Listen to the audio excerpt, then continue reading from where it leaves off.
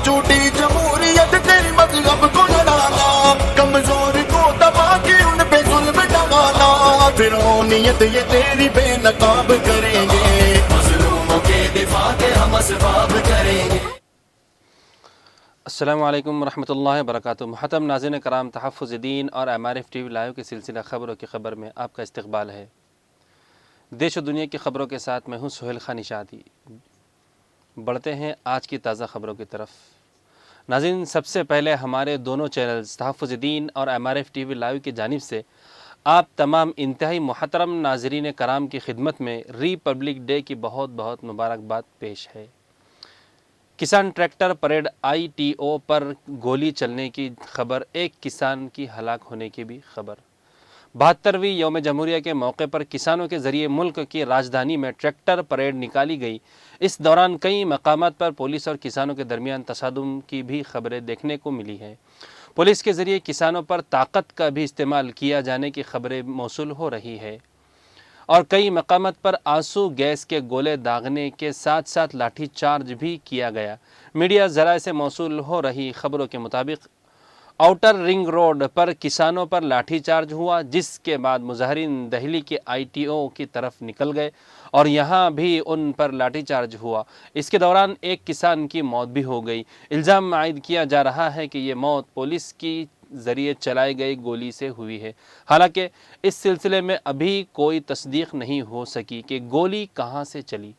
मौसूल इत्तलात के मुताबिक महलूक किसान का नाम नवनीत है, जो उत्तराखंड का रहने वाला था। किसान तंजीम इस बात का दावा कर रही है कि उस नौजवान को पुलिस ने गोली मारी है, लेकिन यह तय नहीं हो पा रहा है कि गोली आखिर चली किस तरफ से है। नौजवान किसान की मौत के बाद उसकी लाश को सड़क पर रखकर बड़ी तादाद में किसान मुजाहरा कर रहे हैं। मुजाहिरीन किसान दावा कर रहे हैं कि उस नौजवान को पुलिस ने सर में गोली मार कर हलाक किया। नाज़रीन, मोदी हुकूमत की नाकामी है किसान परेड के दौरान तशद्दुद। शरद पवार। NCP सरबराह शरद पवार ने अपने एक बयान में किसान परेड के दौरान दिल्ली में हुए तशद्दुद के लिए मरकज़ की मोदी हुकूमत को मुकम्मल ज़िम्मेदार ठहराया। उन्होंने कहा कि पंजाब, हरियाणा और मगरबी उत्तर प्रदेश के किसान पुरअमन मुजाहरा कर रहे थे, लेकिन हुकूमत ने उन्हें संजीदगी से नहीं लिया। उनका सब्र ख़त्म हो गया, जिसके बाद उन्होंने ट्रैक्टर मार्च निकाला। निज़ाम कानून कायम रखना हुकूमत की ज़िम्मेदारी होती है, लेकिन वो नाकाम रही। मिस्टर शरद पवार ने मज़ीद कहा कि आज जो भी हुआ उसकी हिमायत कोई नहीं करेगा, लेकिन इसके पीछे के असबाब को नज़रअंदाज नहीं किया जा सकता।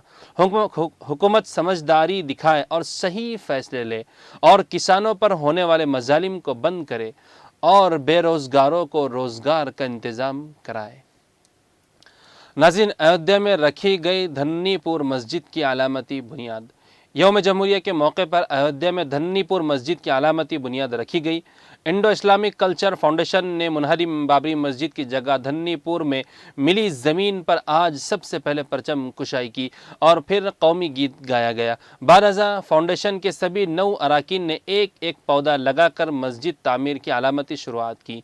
काबिल ज़िक्र है कि यहाँ पर मस्जिद के अलावा एक लाइब्रेरी, एक रिसर्च सेंटर और कम्युनिटी किचन भी तामीर होगा। इस किचन में किसी को भी खाना खाने की इजाज़त होगी और इसकी सलाहियत रोज़ाना 1000 लोगों को खाना खिलाने की होगी। नाज़रीन, लाल किले पर किसानों को नहीं लहराना चाहिए था परचम। हिंदुस्तान की राजधानी दिल्ली में किसानों के ज़रिए पुरअमन तहरीक से निकाला गया ट्रैक्टर मार्च अचानक बेकाबू हो गया। पुलिस के ज़रिए आंसू गैस के गोले दागने के बाद किसान मुंतशिर हो गए।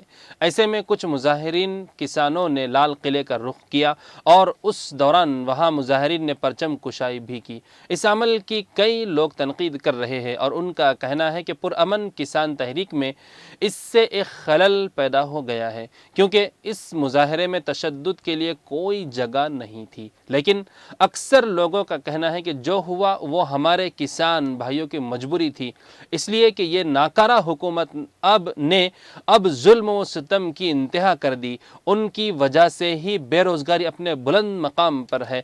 इस हुकूमत ने इस वक्त हर भारतीय पर इंतहाई जुल्म किया है।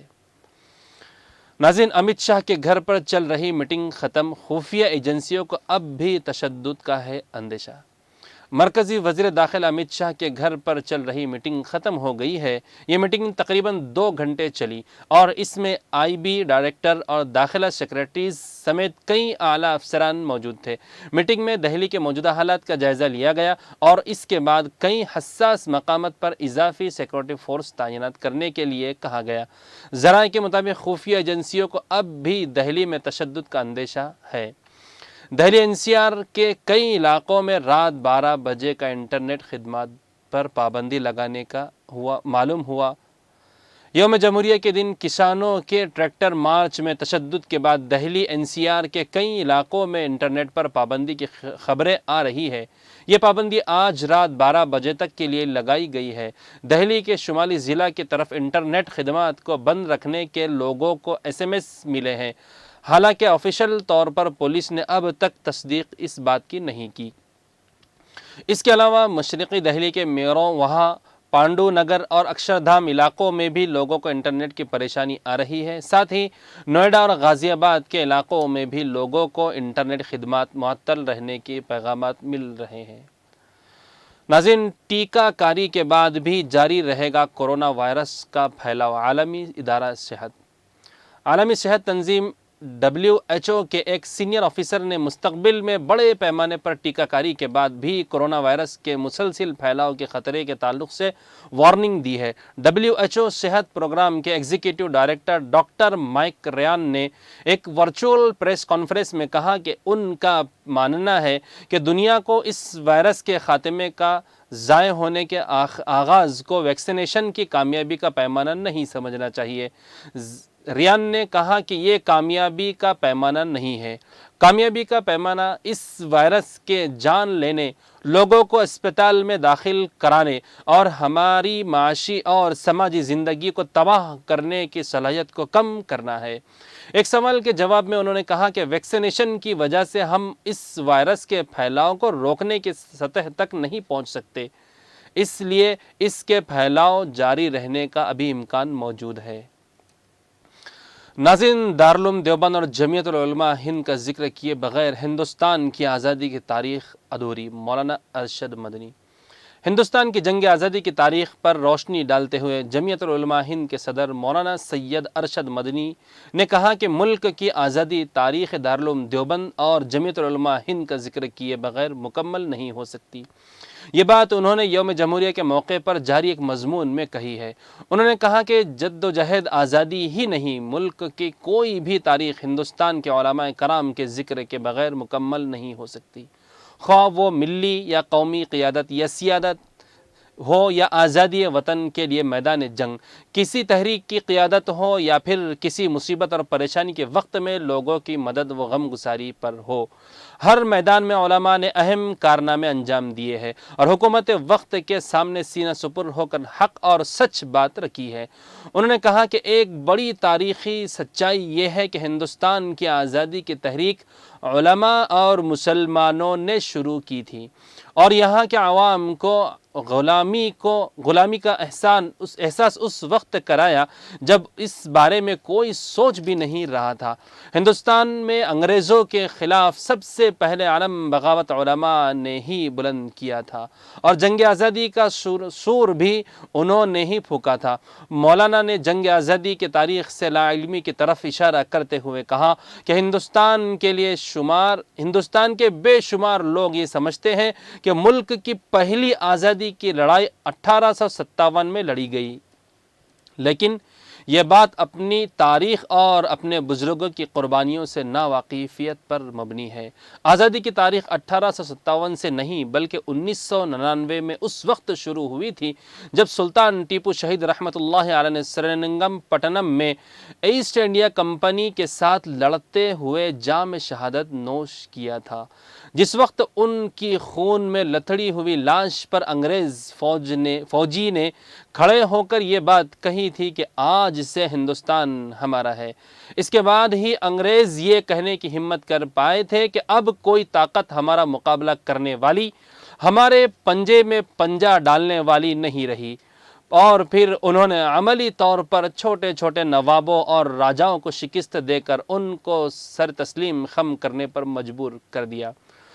مولانا سید ارشد مدنی نے کہا کہ ٹیپو سلطان رحمۃ اللہ علیہ کی شہادت اور انگریزوں کی بڑھتے ہوئے اثر و رسوخ کے بعد علماء کرام نے غلامی کی آہٹ کو محسوس کر لیا تھا، اور اس کے بعد سے ہی جہاد آزادی کا آغاز ہوا، جب انگریز نے 1803 میں دہلی کے اندر یہ اعلان کیا کہ خلق خدا کی، ملک بادشاہ کا، لیکن آج سے حکم ہمارا یعنی ایسٹ انڈیا کمپنی کا چلے گا۔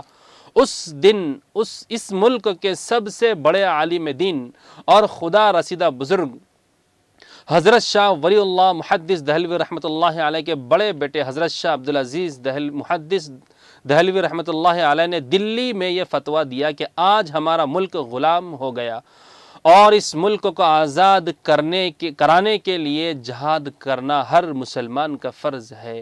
یہ جرأت مندانہ اعلان ایسے وقت میں کیا گیا کہ اس عالم دین کے علاوہ ہندوستان کے اندر کوئی ایسا نہیں تھا جو ایسٹ انڈیا کمپنی کے مقابلے میں اپنی زبان سے آزادی وطن کے لیے جہاد کا اعلان کر سکتا تھا۔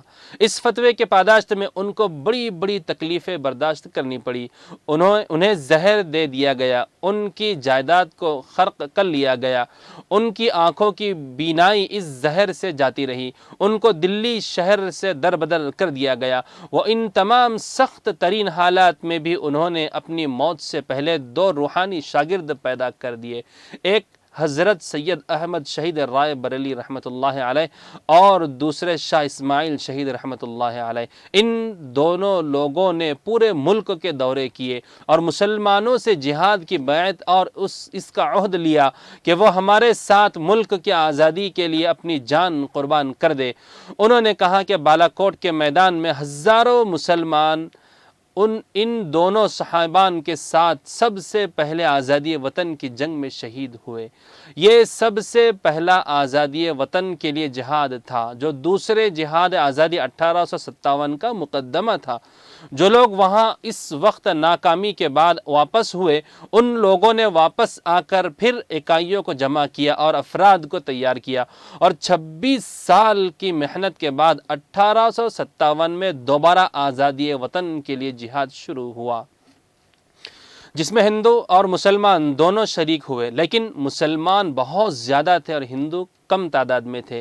آزادی وطن کے لیے دوسرا جہاد بھی ناکام ہوا۔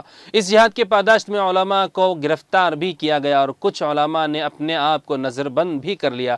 جب یہ علماء 3-4 سال کے بعد جیل سے باہر نکلے اور عام معافی کا اعلان ہوا تو انہوں نے بڑی عجیب و غریب چیز دیکھی کہ وہ یتیم جن کے باپ جام شہادت نوش کر گئے انگریز کی دشمنی کی وجہ سے، ان کے یتیم بچے سڑکوں پر ہیں، ان کے سر پر کوئی ہاتھ رکھنے والا نہیں۔ ان حالات کا فائدہ اٹھا کر انگریزوں نے فکری محاذ پر بھی اپنی لڑائی تیز کر دی۔ چنانچہ کرسچن اسکول، عیسائی پوپ اور چرچ کے لوگ باہر نکل کر ان یتیم بچوں کا ہاتھ پکڑتے اور کہتے کہ ہمارے ساتھ چلو، ہم تم کو کھانا، رہائش اور تعلیم مفت دیں گے۔ مقصد ذہنی اعتبار سے ان کو انگریزی بنانا تھا۔ خیر ناظرین، آج کی تازہ ترین خبروں میں بس اتنا ہی۔ دیش و دنیا کی تازہ ترین خبروں کے لیے جڑے رہے ہمارے ساتھ۔ پھر کل ملاقات ہوں گی تازہ خبروں کے ساتھ۔ تب تک کے لیے مجھے دیجیے اجازت۔ اللہ حافظ، والسلام علیکم ورحمۃ اللہ وبرکاتہ۔